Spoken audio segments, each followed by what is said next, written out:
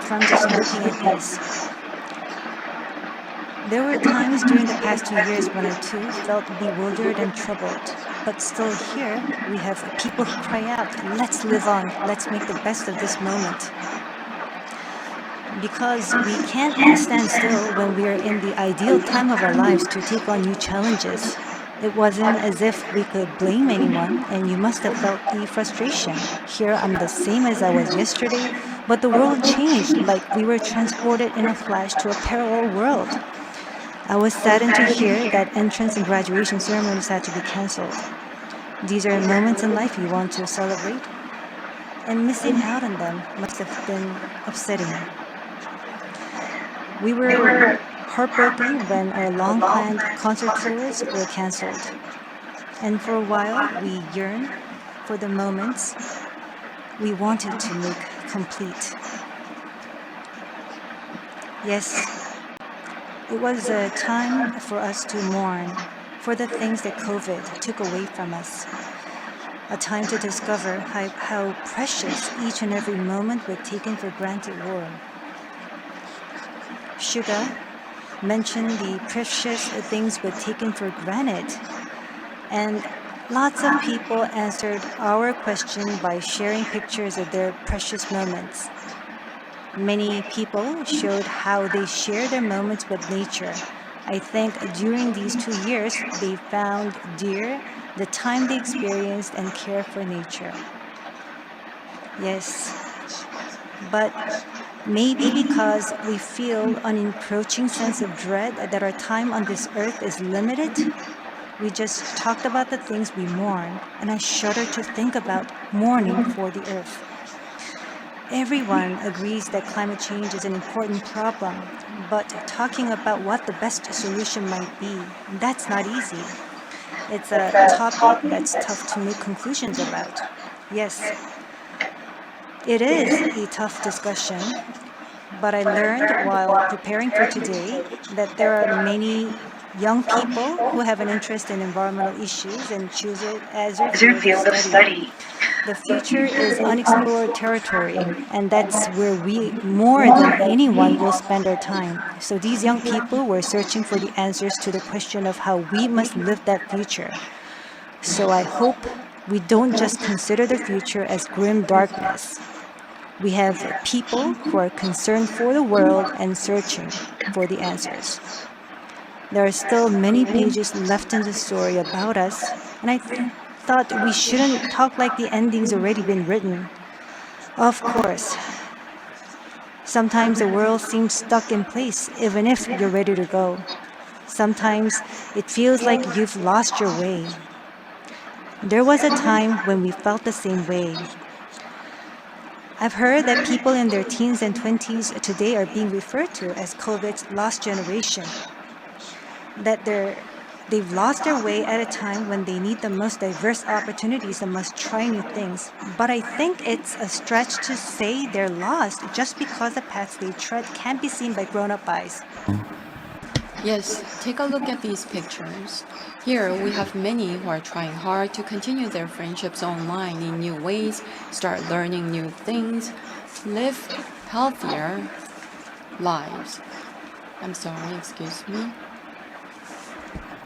네, 새롭게 공부를 시작하고 더 Yes, these kids are trying to learn new things and trying to figure new things out. They don't look lost. They look like they are finding new courage and taking on new challenges. I think that's why instead of the lost generation, a more appropriate name would be the welcome generation. Because instead of fearing change, this generation says welcome and keeps forging ahead. That's right. If we believe in possibilities and hope, even when the unexpected happens, we will not lose our way, but discover new ones. There will be choices we make that may not be perfect, but that does not mean there will be nothing we can do. That's what I think. What is important are the choices we make when we're faced with change, right? Some of you heard the news that we're coming to the UN, and a lot of you were wondering whether we have been vaccinated. And I'll take this opportunity to say yes. all 7 of us, of course, we received vaccinations. The vaccination was a sort of ticket to meeting our fans waiting for us and to being able to stand here before you today. Just like we said in our message today, we too are doing the things that we're able to do right now. Like the vaccinations, efforts are continuously underway to keep this new reality going forward. And I think the day we can meet again face to face is not far away. Until then, I hope we can fill each of our days to the brim with positive energy. We thought the world had stopped, but it continues to move forward. I believe that every choice we make is the beginning of change, not the end. I hope that in this nascent new world, we can all say to each other, welcome. And now, as we look forward to this future, the permission to dance is our message of welcome that we want to share with everyone today.